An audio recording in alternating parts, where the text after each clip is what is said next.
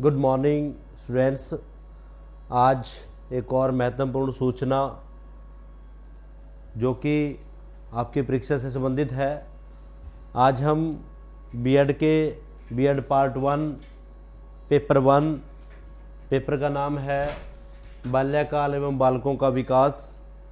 इससे संबंधित इसका जो सिलेबस है, इसका जो करिकुलम है, उस बारे में बात करेंगे कि क्या क्या सिलेबस हमारे पास है, क्या क्या प्रश्न परीक्षा में आएंगे।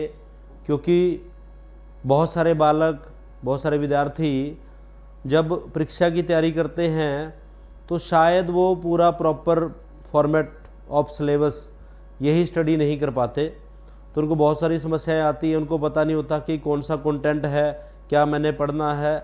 वो कई अननेसेसरी चीज़ें जो आपके सिलेबस में नहीं है उनको भी स्टडी करते हैं। तो आज मैं आपको पेपर 1 का सिलेबस बताऊंगा और उससे इम्पोर्टेंट टर्म्स जो है आपके साथ डिस्कस करूंगा। जैसा कि आपको पता है कि आपका 100 मार्क्स का पेपर है, उसमें से 80 नंबर की आपकी थ्योरी पेपर है और 20 नंबर का जो आपका इंटरनल असेसमेंट है। अब इस 80 नंबर के पेपर का जो सिलेबस है वो मैं आपसे डिस्कस करने जा रहा हूँ, जो कि मोस्ट इम्पोर्टेंट है। मैंने आपके पूरे पेपर के सिलेबस को 4 यूनिट्स में डिवाइड किया है, unit 1, unit 2, unit 3 and unit 4। अब इसमें से क्या क्या चीज़ें हमने क्वेश्चन अटैम्प्ट करने हैं वो मैं आपको बताता हूँ। कई बार बच्चे जो हैं कंफ्यूज होते हैं कि एक ही टॉपिक को लेकर लगभग 15 से 20 प्रश्न बुक में दिए हुए हैं। मैं फिर बता रहा हूँ कि आपने कभी भी जो बुक्स आपकी हेल्प बुक्स हैं, चाहे वो लक्ष्मी के एग्जाम नोट्स हैं या कोई और हैं, उस पर डिपेंडेंट न रहकर पहले अपने सिलेबस को एनालाइज करना है कि मेरे सिलेबस में क्या क्या चीज़ें हैं। यूनिट 1 सबसे पहला टॉपिक है वृद्धि एवं विकास की धारणा क्या है, इसके सिद्धांत क्या है, वृद्धि और विकास को प्रभावित करने वाले कारक कौन कौन से हैं, वृद्धि और विकास की अवस्थाएं क्या हैं, यानी concept of growth and development, its principle and factor affecting growth and development and stages of development. ये आपका प्रथम जो है वो कंटेंट है, पहला टॉपिक है और इसमें से प्रश्न परीक्षा में आता ही आता है। 4 मार्क्स में भी आता है और 16 मार्क्स के लिए भी आता है। अब यहाँ आपको बताना चाहूँगा ग्रोथ एंड डेवलपमेंट, जिसका मतलब है कि जो हमारी फिजिकली डेवलपमेंट होती है, आउटर स्ट्रक्चर ऑफ बॉडी की बात हम करते हैं, जो हमें दिखाई देता है, that is growth. And development क्या है, जो एज ए होल होता है आपके पास, वो डेवलपमेंट है। इसके कुछ प्रिंसिपल्स हैं वो आपने स्टडी करने हैं कि किस किस तरह से डेवलपमेंट होती है, what are the principles of growth and development and factors, कौन कौन से फैक्टर हैं जो ग्रोथ एंड डेवलपमेंट को अफेक्ट करते हैं। वो इंटरनल है, एक्सटर्नल है, इन्वायरमेंट है, हेरिडिटी है और भी बहुत सारे साइकोलॉजिकल फैक्टर्स हैं जो हमारी ग्रोथ एंड डेवलपमेंट को अफेक्ट करते हैं। इसके साथ साथ इस क्वेश्चन में आपने स्टेजेस की भी स्टडी करनी है। स्टेजेस से मैं बता दूं कि हमारे पास हमारे पूरा जो डेवलपमेंट है उसमें 4 स्टेजेस हैं। पहला है इन्फेंसी स्टेज, जिसे आप शिशु काल कहते हैं, और उसके बाद आपका चाइल्डहुड है जिसे आप बाल्यकाल कहते हैं। बाल्यकाल में भी 2 हैं, अर्ली चाइल्डहुड और लेटर चाइल्डहुड, पूर्व बाल्यकाल और पूर्वोत्तर बाल्यकाल, और उसके बाद किशोरावस्था और उसके बाद अडल्ट। लेकिन आपके सिलेबस में बेसिकली बाल्यकाल और किशोरावस्था ये 2 स्टेजेस है जिसको आपने डिस्कस करना है। इससे रिलेटेड दूसरा प्रश्न है, दूसरा जो टॉपिक है बाल्यकाल एवं किशोरावस्था की विशेषताएं। इस क्वेश्चन में आपने चाइल्डहुड की और एडोलसेंस की करैक्टरिस्टिक्स बेसिकली उस पर डिस्कस करना है। करैक्टरिस्टिक मीन्स जैसे चाइल्डहुड की फिजिकल करैक्टरिस्टिक क्या है, सोशल करैक्टरिस्टिक क्या है, इमोशनल करैक्टरिस्टिक क्या है, मॉरल करैक्टरिस्टिक क्या है, रिलीजियस क्या करैक्टरिस्टिक है, एडजस्टमेंट की क्या करैक्टरिस्टिक है। इसी प्रकार से एडोलसेंस की व्हाट आर दी इंटेलेक्चुअल, बौद्धिक कौन सी विशेषताएं हैं, सामाजिक कौन सी हैं, नैतिक कौन सी हैं। तो इसी प्रकार से इस टॉपिक में आप चाइल्डहुड एंड एडोलसेंस की सभी प्रकार की करैक्टरिस्टिक्स को डिस्कस करेंगे। और उसके बाद एक मोस्ट इंपोर्टेंट क्वेश्चन है, यहाँ से परीक्षा में आता ही आता है, भारतीय संदर्भ में किशोरों की आवश्यकताएं व समस्याएं। इंडियन कॉन्टेक्स्ट में जो एडोलसेंस है, what are the needs and problem of adolescence. ये बड़ा अच्छा इंटरेस्टिंग टॉपिक है। इसमें आप उनकी प्रॉब्लम्स कौन कौन सी हैं, जैसे एडजस्टमेंट की प्रॉब्लम है, और अनेक चेंजेस होते हैं, उसकी प्रॉब्लम्स है। और इसके बाद डेलिक्वेंटी है, कदाचारी जिसे आप कहते हैं, बाल अपराध जो है वो एक प्रॉब्लम्स है। तो बहुत सारी प्रॉब्लम्स है और उनकी आवश्यकताएं भी हैं। इस क्वेश्चन मोस्ट इंपॉर्टेंट है, ये परीक्षा में आता ही आता है। इस क्वेश्चन को आप तैयार करोगे। और लास्ट है पेरेंटिंग, परिवरिश शैली यानी पेरेंटिंग स्टाइल, कि माता पिता जैसे अपने बच्चों का पालन पोषण करते हैं, पेरेंटिंग उनके जो है मार्गदर्शन करते हैं, उनके साथ उनका पालन पोषण भरण पोषण उनके साथ व्यतीत करते हैं, उनके साथ व्यवहार करते हैं, वो किस प्रकार बालकों के विकास पर प्रभाव डालता है। कई बार आप देखते होंगे परिवार का जो इन्वायरमेंट है वो बच्चे की एज ए होल लाइफ को डिटरमिन करता है। इनिशियली लेवल पे यदि फैमिली में अच्छा इन्वायरमेंट बच्चे को मिलता है, संस्कार हैं, उसकी वैल्यूज़ हैं, तो वो इन फ्यूचर के लिए उस चीज़ को जो है डिटरमिन करता है। कई बार आप देखते होंगे यदि फैमिली में ऐसे इशू हैं जो बच्चे की इंटेलेक्चुअल और फिजिकल दोनों प्रकार से प्रभाव डालते हैं, माता पिता यदि सर्विस में है, जॉब में है, बच्चे को प्रॉपर अटेंशन नहीं दे पा रहे, तो उसका प्रभाव भी बच्चे के जीवन पर पड़ता है। तो इस यूनिट 1 में आपके पास मोस्टली 2 क्वेश्चन बनते हैं जो आप तैयार कर सकते हैं। एक तो पहला, वृद्धि और विकास के सिद्धांत क्या हैं, इसके कारक क्या हैं और इसकी अवस्थाएं। और दूसरा आपका किशोरों से संबंधित, what are the problems related to adolescence, need क्या है उनकी, गाइडेंस एंड काउंसलिंग उनको कैसे कर सकते हैं। ये मेजर 2 क्वेश्चन रहेंगे। बाकी ओवरऑल ये सिलेबस यूनिट 1 का है। एक्स्ट्रा कोई भी चीज़ नहीं पढ़नी है आपने, इन्हीं क्वेश्चनों में आपने इसी सीक्वेंस में जो है क्वेश्चनों को सेट करना है। उसके बाद यूनिट 2 में आपके पास पूरे के पूरे में 3 सिद्धांत हैं, डेवलपमेंट की 3 थ्योरीज हैं, विकास के 3 सिद्धांत हैं। जो आप 3 में से 2 करोगे तब भी आपका पेपर 101% सॉल्व हो जाएगा। लेकिन मैं आपको तीनों के बारे में बता रहा हूँ। सबसे पहला है कॉग्निटिव डेवलपमेंट का सिद्धांत, यानी ज्ञानात्मक विकास का सिद्धांत, that is given by Jean पियाजे। जीन पियाजे एक मनोविज्ञानी हुए हैं, उन्होंने इस सिद्धांत का निर्माण किया। और इस सिद्धांत में बताया गया है कि कैसे हमारा ज्ञानात्मक विकास होता है शिशु काल से लेकर किशोरावस्था जो है वहाँ तक हम किस प्रकार से ज्ञान की अवस्थाओं से गुजरते हैं, किस लेवल पे बच्चा जो है सेल्फ रिफ्लेक्स एक्शन से सीखता है, मोटर स्किल से सीखता है, धीरे धीरे वो मूर्त वस्तुओं से सीखता है, फिर अमूर्त वस्तुओं से सीखता है, और एट द लास्ट उसकी एब्स्ट्रैक्ट थिंकिंग, प्रॉब्लम सॉल्विंग, ये चीज़ें डेवलप हो जाती हैं। तो जीन पियाजे के सिद्धांत में कुछ अवस्थाएं उसने दी हैं, और उससे पहले 2-3 धारणाएं हैं जो हमने इस सिद्धांत में पढ़नी है। वो है एसेमिलेशन यानी आत्मसातीकरण, और उसके बाद अकोमोडेशन जिसे आप आत्मभंजन या अनुकूलन भी कह सकते हैं, और एक तीसरा कॉन्सेप्ट है स्कीमा यानी स्कीम।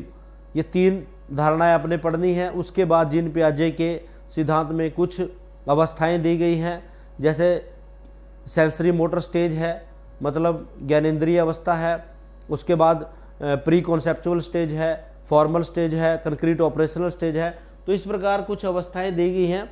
उन अवस्थाओं को उसी सीक्वेंस में हमने IU वाइज याद रखना है, उनके नोट्स बनाने हैं, और लास्ट में इसमें इनका शैक्षिक महत्व भी बताना है कि जो कॉग्निटिव थ्योरी हमने पढ़ी है, ज्ञानात्मक विकास का सिद्धांत जो पढ़ा है, उससे एक टीचर को क्या फ़ायदा, शिक्षा में क्या उसकी कंट्रीब्यूशन है, टीचर जब साइकोलॉजी की स्टडी करता है तो उसके लिए क्या ये हेल्पफुल है ज्ञानात्मक विकास का सिद्धांत। इसी प्रकार सामाजिक संवेगात्मक विकास का सिद्धांत, that is given by Erikson एक साइकोलॉजिस्ट हुए हैं, उन्होंने साइको सोशल डेवलपमेंट, मनोसामाजिक का विकास का सिद्धांत या साइको संवेगात्मक विकास का सिद्धांत दिया।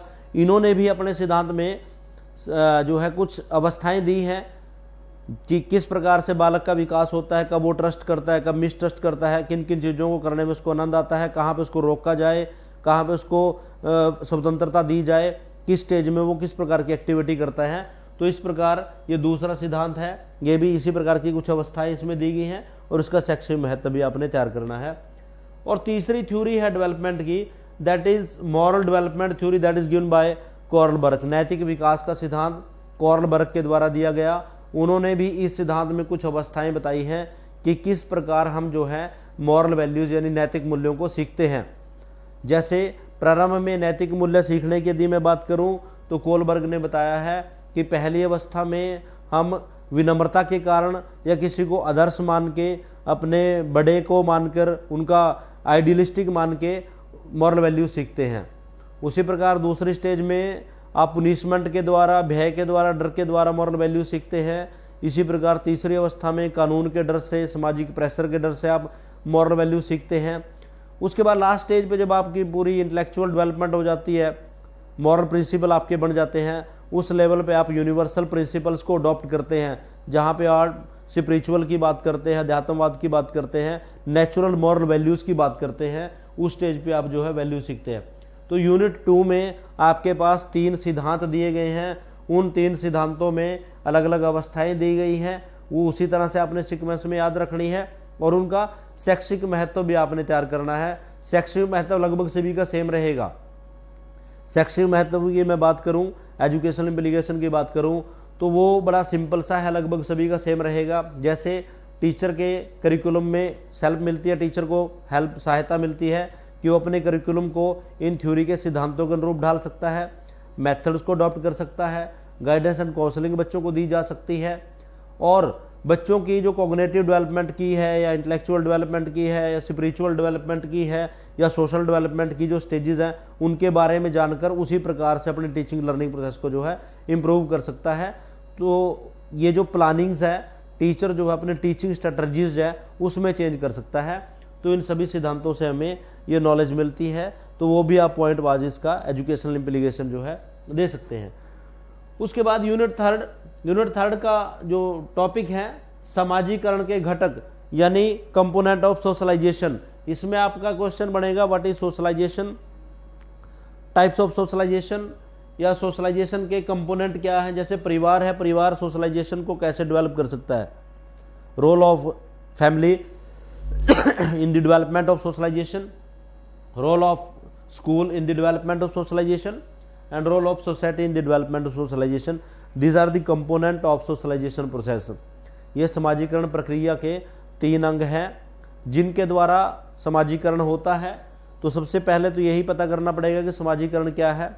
एक ऐसी प्रक्रिया जो व्यक्ति के सामाजिक व्यवहार को निर्देशित करती है और व्यक्ति को सामाजिक ढांचे के अनुरूप व्यवहार करना सिखाती है, वो समाजीकरण है। और समाजीकरण का सबसे पहला घटक फैमिली होता है। फैमिली बच्चे का प्रथम पाठशाला है, प्रथम जो परिवार जो है, पहली जो स्टेज है, जो संस्था है वो परिवार है। परिवार की क्या भूमिका, इसके अलग पॉइंट आएंगे। स्कूल की क्या भूमिका, इसके अलग पॉइंट आएंगे। और सोसाइटी की क्या भूमिका, इसके अलग पॉइंट आएंगे। और ये जो घटक हैं किस प्रकार से बालक के विकास पर, डेवलपमेंट पर इफेक्ट डालते हैं, that is the first topic of unit 3। उसके बाद यूनिट 2, इसका यूनिट 3 का सेकंड पार्ट है सामाजिक सांस्कृतिक परिवर्तन एवं उनका विकास पर प्रभाव। जो भी सोशल चेंजेस है, what are the social changes and cultural changes, सामाजिक परिवर्तन क्या होते हैं, ये किस प्रकार से लागू होते हैं, इनकी विशेषताएं क्या हैं, या सांस्कृतिक परिवर्तन क्या होते हैं, और इन सामाजिक और सांस्कृतिक परिवर्तनों का बालक के डेवलपमेंट पर क्या इफेक्ट पड़ता है। जिस प्रकार से हम बात कहें कि समाज की संरचना परिवर्तित होती है या लोगों की संस्कृति, परंपराएं, रीति रिवाज, जाति, वर्ग, धर्म, पहनावा, ये सारे के सारे फैक्टर्स हैं जो उसके डेवलपमेंट को इफेक्ट डालते हैं बालक के। तो क्या क्या उसका इफेक्ट रहता है, ये चीज़ें आएंगी इसमें। और लास्ट है आर्थिक परिवर्तन, इकोनॉमिक चेंजेस। जैसे आप अर्बनाइजेशन की बात करते हैं, शहरीकरण की बात करते हैं, या इकोनॉमी में जो चेंज आते हैं, अर्थव्यवस्था में जो चेंज आते हैं, उनका भी बालक के विकास पर क्या प्रभाव पड़ता है मनोवैज्ञानिक दृष्टिकोण से, इसका ये विषय है। तो यूनिट 3 में बेसिकली बात करें कि जो भी सोशल चेंजेस होते हैं, आउटलाइनिंग की बात करूं कि सामाजिक परिवर्तनों का, सांस्कृतिक और आर्थिक परिवर्तनों का बालक के विकास पर क्या क्या प्रभाव पड़ता है, वो पॉजिटिव पड़ता है, नेगेटिव पड़ता है, किस प्रकार का उसका बौद्धिक विकास को प्रभावित करते हैं, कैसे सामाजिक विकास को प्रभावित करते हैं, कैसे सांस्कृतिक विकास को प्रभावित करते हैं ये घटक। तो ये आपका कंटेंट रहेगा। उसके बाद यूनिट 4, इसमें बताया गया है लिंग, सामाजिक वर्ग, जेंडर, आपका सोशल वर्ग और पॉवर्टी, इसके संदर्भ में सीमांतीकरण यानी marginalisation and stereotyping, these are the 2 term है, सीमांतीकरण और मार्जिनलाइजेशन एंड स्टीरियोटाइपिंग, जिसे सीमांतीकरण और रूढ़िबद्धता कहते हैं।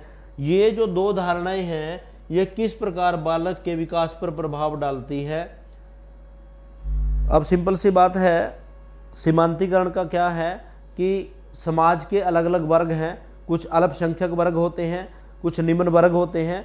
तो उन वर्गों की सीमांतीकरण होने से, हाशिए पर जाने से, उनका समाज में निम्न वर्ग होने से एक बालक के विकास पर क्या प्रभाव पड़ता है, उसकी बौद्धिक क्षमताओं पे क्या प्रभाव पड़ता है, संस्कृति पे क्या प्रभाव पड़ता है, पहनावे पे क्या प्रभाव पड़ता है, उसके सोशल स्टेटस पे क्या प्रभाव पड़ता है, सीमांतीकरण के कारण। इसी प्रकार एक दूसरा टर्म है दैट इज कॉल्ड स्टीरियोटाइपिंग, जिसे हम रूढ़िबद्धता कहते हैं, जो कि एक ऐसा फैक्टर है जो हमारे डेवलपमेंट पे बहुत ज़्यादा इफेक्ट डालता है। रूढ़िबद्धता का अर्थ है एक ऐसी विचारधारा जिसको हम नकारात्मक वे में लेके जाते हैं, और इसका मतलब ये है कि हम समाज के दूसरे वर्गों को हीनता की दृष्टि से देखते हैं, बिना कोई एक्सपेरिमेंट किए, बिना किसी प्रयोग के। जब हम ऐसी धारणाएं बना लेते हैं कि अपने वर्ग को श्रेष्ठ और दूसरे वर्ग को निष्क्रिय मानते हैं, या किसी व्यक्ति विशेष या किसी वर्ग विशेष के प्रति नकारात्मक धारणा की जब संरचना स्वयं कर लेते हैं, तो वो स्टीरियोटाइपिंग या रूढ़िबद्धता कहते हैं। पूर्वाग्रह भी इसे कहा जा सकता है कि हम पहले से किसी क्लास, किसी वर्ग के बारे में धारणाएं बना लेते हैं। तो ये जो दो फैक्टर हैं, मार्जिनलाइजेशन एंड स्टीरियोटाइपिंग, ये किस प्रकार से बालकों के विकास पर प्रभाव डालते हैं। कौन से विकास पर? बौद्धिक विकास पर, सामाजिक विकास पर, सांस्कृतिक विकास पर, नैतिक विकास पर। ये दो फैक्टर किस प्रकार से जो है इस चीज को अफेक्ट करते हैं। और उसके बाद लास्ट में है सीमांतीकरण और रूढ़िबद्धता यानी मार्जिनलाइजेशन एंड स्टीरियोटाइपिंग के निर्माण में मीडिया, आज के टाइम की जो मीडिया की बात करें, मीडिया का क्या भूमिका हो सकती है इसका निर्माण करने में और इसको दूर करने में। दोनों फैक्टर्स को रिमूवल में और राइज करने में मीडिया की क्या भूमिका है। मीडिया वो सभी प्रकार का हो सकता है, printed media, non printed media, digital media, सभी प्रकार का जो मीडिया है, उस मीडिया के द्वारा इन दो फैक्टरों को बढ़ाने में या डिक्रीज और इंक्रीज करने में क्या भूमिका हो सकती है, ये जो है हमारा डिस्कशन का विषय है। तो इस प्रकार यदि मैं इस सब्जेक्ट की बात करूं, प्रथम पेपर की बात करूं जिसका नाम है चाइल्डहुड एंड ग्रोइंग अप, इस पूरे के पूरे पेपर में 5 या 6 क्वेश्चन आपके बनते हैं, मैक्सिमम 7। जो आप तैयार करोगे तो आपका पेपर अच्छे से हो सकता है, आपने कंफ्यूज नहीं होना। पहला प्रश्न यही करना है, वृद्धि एवं विकास की धारणा क्या है, वृद्धि और विकास में क्या अंतर है, वृद्धि और विकास के क्या सिद्धांत है, वृद्धि और विकास को प्रभावित करने वाले कारक कौन कौन से हैं। ये प्रथम प्रश्न आपका बनता है, जिसको आप अच्छे से प्रिपेयर करते हैं तो आपका परीक्षा में प्रश्न आ जाएगा। इसके बाद दूसरा प्रश्न इसमें बनेगा कि विकास की अवस्थाएं कौन कौन सी हैं, विकास की विभिन्न अवस्थाएं कौन कौन सी हैं, और विकास की अवस्थाओं में बाल्यकाल एवं किशोरावस्था की जो अवस्थाएं हैं उनकी क्या क्या विशेषताएं हैं, ये दूसरा प्रश्न बनेगा। और तीसरा प्रश्न बनेगा, भारतीय संदर्भ में किशोरों की आवश्यकताओं व समस्याओं पर प्रकाश डालिए। तो फर्स्ट यूनिट में से आपके 3 क्वेश्चन लेंथी बनते हैं। 4 मार्क्स के लिए आपके पास क्वेश्चन आ सकता है पेरेंटिंग स्टाइल, परिवारिश की शैलियाँ कौन कौन सी हैं, किस प्रकार से पालन पोषण, ये 4 नंबर के लिए। लेकिन 16 नंबर के लिए आपके मैंने 3 क्वेश्चन यहाँ से सिलेक्ट कर दिए, और तीनों में से 2 आपको परीक्षा में मिलेंगे ही मिलेंगे। ज़्यादा परेशान होने की इधर उधर की जरूरत नहीं है, ये चीज़ें आप तैयार करोगे तो आपका पेपर अच्छा अटेम्प्ट हो जाएगा यूनिट 1 में से। उसके बाद यूनिट 2 में हमारे पास कुछ सिद्धांत दिए गए हैं, इसमें से यदि आप 2 सिद्धांत भी कर लेते हो तब भी आपका पेपर जो है अच्छा हो जाता है। और उन सिद्धांतों में क्या करना है, उन सिद्धांत की इंट्रोडक्शन आपने देनी है, उन सिद्धांतों की जो है डेफिनेशंस क्या बताया है उस बारे में, और उनकी करैक्टरिस्टिक्स क्या हैं, और उन सिद्धांतों की अवस्थाएं क्या हैं, और उन सिद्धांतों के एलिमेंट्स क्या हैं, और लास्ट में उन सिद्धांतों का शैक्षिक महत्व क्या है, ये आपने देना है। इन 3 सिद्धांतों में से कोई भी 2 सिद्धांत आप कर लेते हो, चाहे तो ज्ञानात्मक विकास कर लो और ये दोनों कर लो, या इसको छोड़ते हो तो एरिक्सन का और जो है कोलबर्ग का मॉडल डेवलपमेंट, ये 3 थ्योरीज में से 2 थ्योरी आप कर लेते हो तो बड़ा अच्छा पेपर आपका हो जाएगा इस यूनिट में से भी। यूनिट 3 बड़ा अच्छा क्वेश्चन बनेगा, समाजीकरण क्या है, समाजीकरण की प्रक्रिया क्या है, और समाजीकरण के घटकों के रूप में किसी एक की भूमिका पूछ सकता है। What is the role of family in socialisation, what is the role of school in socialisation, what is the role of society in socialisation, and what are the effects of that component on the development of a learners. एक बालक के विकास पर इन घटकों का क्या प्रभाव पड़ सकता है, ये प्रश्न बन सकता है आपका। और इसमें दूसरा प्रश्न यही आ सकता है, सामाजिक और सांस्कृतिक परिवर्तन क्या होते हैं। सामाजिक और सांस्कृतिक परिवर्तनों का एक बालक के विकास पर क्या प्रभाव पड़ सकता है, तो वो भी आपने अलग अलग डायमेंशंस देके उसके इफेक्ट को डाल सकते हैं। पॉजिटिव इफेक्ट है, नेगेटिव इफेक्ट है, क्या क्या चीज़ें हैं, चाहे वो इंटेलेक्चुअल डेवलपमेंट की बात हो, चाहे वो सोशल डेवलपमेंट की बात हो, चाहे वो मॉरल डेवलपमेंट की बात है, स्पिरिचुअल डेवलपमेंट की बात है, कल्चरल डेवलपमेंट की, जितने भी एस्पेक्ट ऑफ डेवलपमेंट है, इन फैक्टर्स का, इन कंपोनेंट्स का उस पर क्या प्रभाव पड़ सकता है, ये आपका थर्ड यूनिट में से क्वेश्चन बनेगा। और फोर्थ यूनिट में से क्वेश्चन बनेगा सीमांतीकरण क्या है। सीमांतीकरण के संदर्भ में लिंग, सामाजिक वर्ग और निर्धनता किस प्रकार सीमांतीकरण को प्रभावित करती है। या दूसरा प्रश्न बनेगा रूढ़िबद्धता क्या है, व्हाट इज द स्टीरियोटाइपिंग क्या है, इसके क्या प्रभाव हो सकते हैं, बालकों के विकास पर इसका क्या प्रभाव पड़ सकता है, इसमें भी सेम वही बात है। और लास्ट में है सीमांतीकरण या रूढ़िबद्धता, स्टीरियोटाइपिंग और मार्जिनलाइजेशन की जो धारणा है, वो मीडिया उसको किस प्रकार से इम्प्रूव कर सकता है, उसको बढ़ाने में योगदान दे रहा है, या डिस्क्रिमिनेशन या डिक्रीज या उसको कम करने में क्या भूमिका मीडिया की हो सकती है। इस परीक्षा में ये आपके 4-5 प्रश्न बनते हैं। ज़्यादा आपने कंफ्यूज नहीं होना है।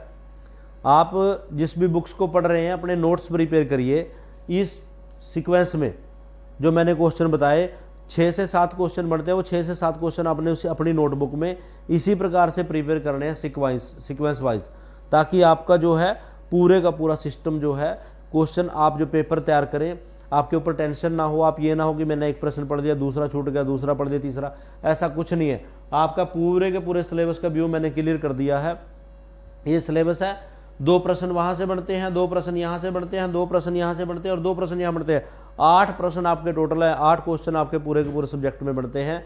यदि उन 8 क्वेश्चनों को आप अच्छे से तैयार कर लेते हो, अपना प्रिपेयर कर लेते हो, उसके पॉइंट्स लिख लेते हो, डायग्राम उसके बना लेते हो, तो आपका बड़ा अच्छा पेपर हो जाता है। तीसरी बात, जब आप क्वेश्चन को सॉल्व करते हैं तो कई बार आप प्रारंभ से लिखना स्टार्ट कर देते हैं और धीरे धीरे जैसे 1-2 क्वेश्चन आपने लिखा तो तीसरे क्वेश्चन पर जाके आप जो है पॉइंट्स भूल जाते हैं। तो इसका मैं एक और बताता हूं आपको कि जब आपने पेपर अटेम्प्ट करना है, जो छोटे क्वेश्चन है उसका 1 पेज बोथ साइड से भरना होता है, लेकिन यदि आप बोथ साइड से नहीं भर पाते तो 1.5 पेज भी आप करते हो, 1 साइड से पूरा और दूसरी साइड से हाफ, तब भी सफिशियंट है। लेकिन जो 16 मार्क्स का क्वेश्चन है उसके लिए आपने 4 पेज बोथ साइड से भरने हैं। थोड़ा बहुत आधा पेज कम ज़्यादा हो जाए दैट्स नॉट मैटर, लेकिन आपने पेपर में करना क्या है, जैसे किसी भी प्रश्न की धारणा पूछी गई है, concept of that particular subject, जैसे concept of growth and development, इसमें आपने ग्रोथ को डिफाइन करना है, उसकी करैक्टरिस्टिक देनी है, डेवलपमेंट को डिफाइन करना है, उसकी करैक्टरिस्टिक देनी है, डेफिनेशंस देनी है। यहाँ तक की जो बात है वो धारणा में आती है। इसके बाद जो भी आपसे क्वेश्चन पूछा जाए उसका आपने 1 पेज पर डायग्राम बनाना है।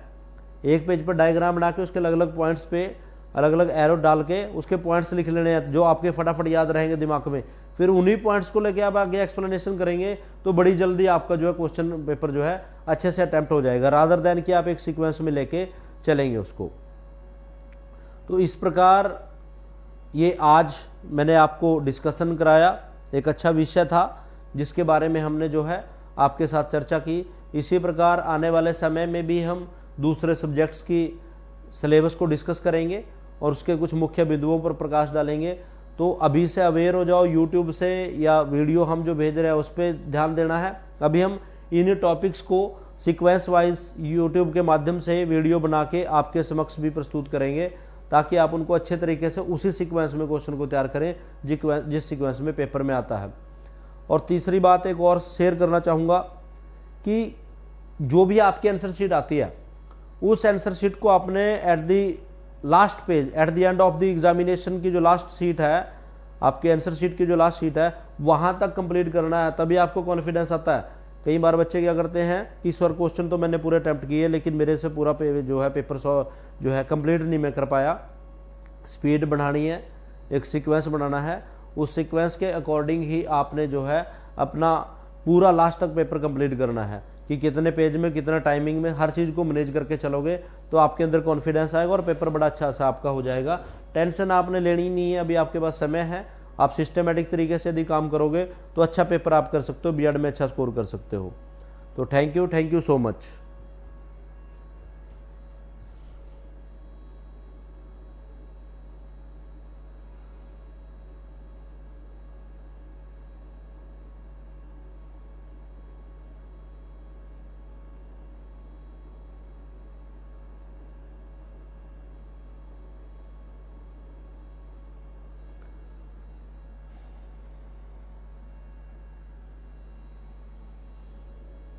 हो गया सर? ना वो नहीं आया, आप आ जाओ।